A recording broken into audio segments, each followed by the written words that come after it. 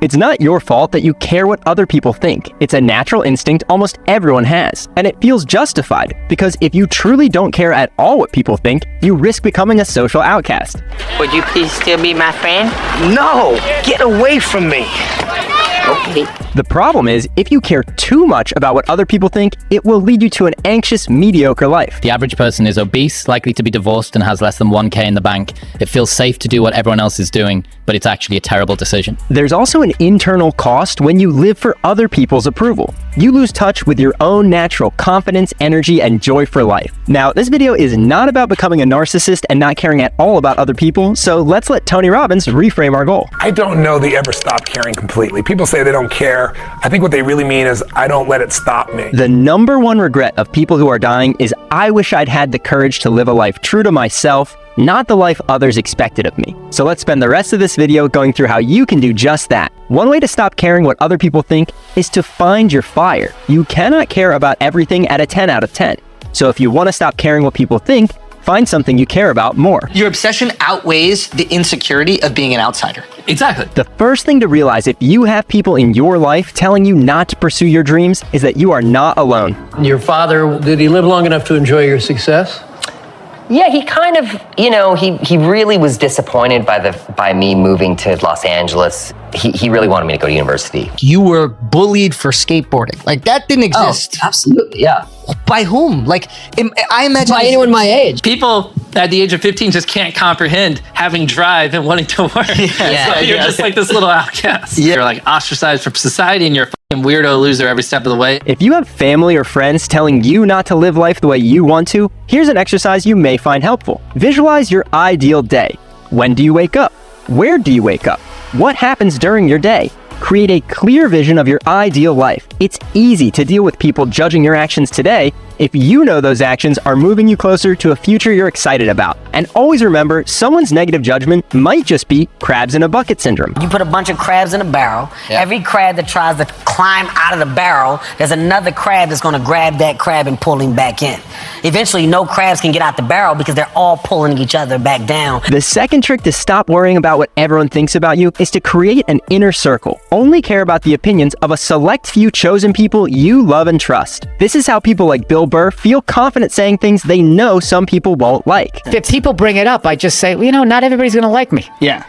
I don't know what to tell you. I don't need everybody I just need enough people. I still have that need to be liked, so now I'm like going up to my wife like, I haven't yelled in a while. Have you noticed? Yeah. Am I a swell guy? Do you like me? So I still have that crushing need to be liked. This strategy sounds good, especially if you have a tight group of people you respect. But this inner circle strategy can trap you into that group's expectations and limit the ways you'll allow yourself to grow. It's a great first step, but not the end goal. The next level is to only give this power to yourself. And to do that, you need to decide your core values and commit to caring about them more than the opinions of other people. This can include things like growth, contribution, fun, freedom, or honesty. This next clip is an example of what it looks like to commit to honesty instead of trying to look perfect. What scares you? Everything. Everything. Not being in control, not knowing, anticipation, like waiting for something to go wrong. I'm an addict and alcoholic, so I have my ups and downs. The ironic thing is, because it's so rare to meet someone who isn't trying to fit in or impress you, when you do commit to your core values, it often makes people like you. Just look at the reaction Andrew Santino's honesty gets in this next clip. For context, Schultz is asking him what he thinks of Mr. Beast's cookies. What do you think? Yeah, they're great. Yeah, they're great. My teeth fall out. Oh, my boy, Feastable, bro.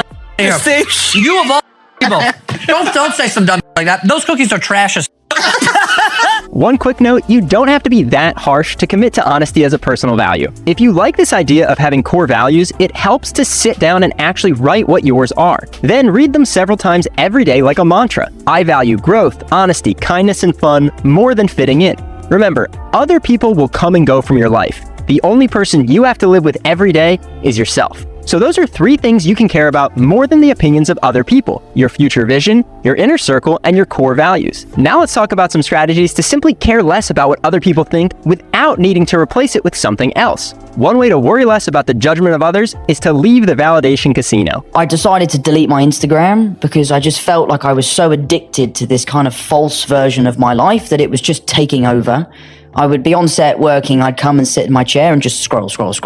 And it was becoming a problem. I was just obsessed with it, and I was obsessed to find out what people were saying and what they thought about me. Every time you try to get external validation, you train your brain to care what other people think. Contrast that with Sadhguru's advice on how to overcome the fear of being judged. And notice if anything surprising stands out to you. Anybody can say what they want, anybody can do what they want. This is like this only. Because I have not given this privilege to anybody, that somebody can make me happy, somebody can make me unhappy, somebody can make me miserable. Right now, you are a consequence of other people's opinions. He doesn't let other people make him feel unhappy or happy. That's something most people don't realize. If you rely on other people to feel good about yourself, you give them the power to make you feel bad about yourself. In making this video, I couldn't help but think of Andrew Tate, one of the most disliked people on the planet. I was curious how he remains unaffected by the millions of people who hate him online. His mindset is surprisingly similar to Sadhguru. Because when you can emotionally affect somebody, you control them. They can't emotionally affect me. They can't make me happy with a video. They can't make me sad with a video. Now again, the goal is not to completely stop caring about other people. You don't want to only care about yourself and end up hurting other people or treating them badly. The goal is simply to feel free enough to live the life you want and pursue your dreams, while still being a kind, empathetic person. After you leave the validation casino, you'll realize something. Here's the truth for most people, most of the time. I feel bad for you. I don't think about you at all. Obsessing over someone else's opinion of you feels silly when you realize that most of the time, they're just thinking about themselves. And even if they are thinking negative thoughts about you, if you zoom out, you'll realize their opinions don't matter anyway. A friendly reminder that in 3 generations, everyone who knew us will be dead, including the people whose opinions stopped you from doing what you wanted all along. This is not meant to depress you, but to inspire you to live the life you want to live. There's a specific question I set as a phone reminder that's helpful for remembering this. What will matter when I'm 90? Seeing this pop up on your phone every day will help you realize what truly matters to you. The last way to stop caring what people think is self-acceptance. A big reason you're scared that other people are thinking negative thoughts about you is because you're afraid there's some truth to what they're thinking. Like, someone can say something ridiculous about you, and if you know it's ridiculous, it doesn't mean anything. Yeah. But if it's got a hint of truth, you're like, ooh. Often the reason you care so much about what other people think is because there are things about yourself you're ashamed of. So for example, you worry they'll think you're weird because you think you're weird. And the cure is to accept that you are weird. If you aren't ashamed of something, you won't care if people tease you about it. For example, watch how Mila Kunis reacts to being teased for playing World of Warcraft. But now with expansion pack, they're going to have raids that only require like 10 people. Oh, good. So it'll make things a lot easier. Really going to streamline. This is that change Obama's been talking about. Oh my God, it's such a good game. I love it. Other people cannot make you feel shame. They can only trigger you to make yourself feel shame. That shame comes from a misguided sense that you're supposed to be perfect. You aren't perfect. No one is. There's no embarrassment in struggle.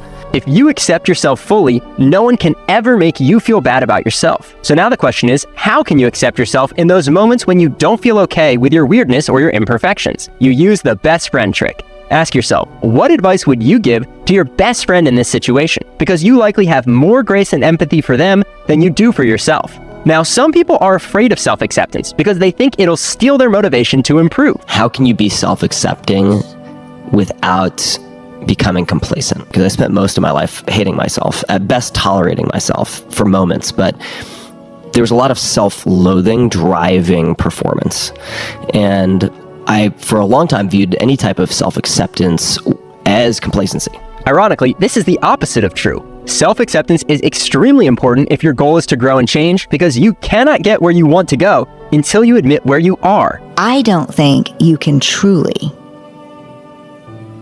change for the better in a lasting, meaningful way unless it is driven by self-acceptance. I agree with that. Yeah. The people who we see struggle the most with improving their charisma are the ones who refuse to admit to themselves that they aren't already charismatic. Their friends don't respect them, their dating lives are bad, they aren't getting the jobs they want, but they always blame it on something external. They can't grow because they can't admit to themselves that they need to grow. So if you want to grow and improve yourself, start by accepting where you are. Acceptance does not mean, I love where I am and I want to stay here forever. It means it's okay that this is where you are today. From that place, there's no limit to how much you can improve.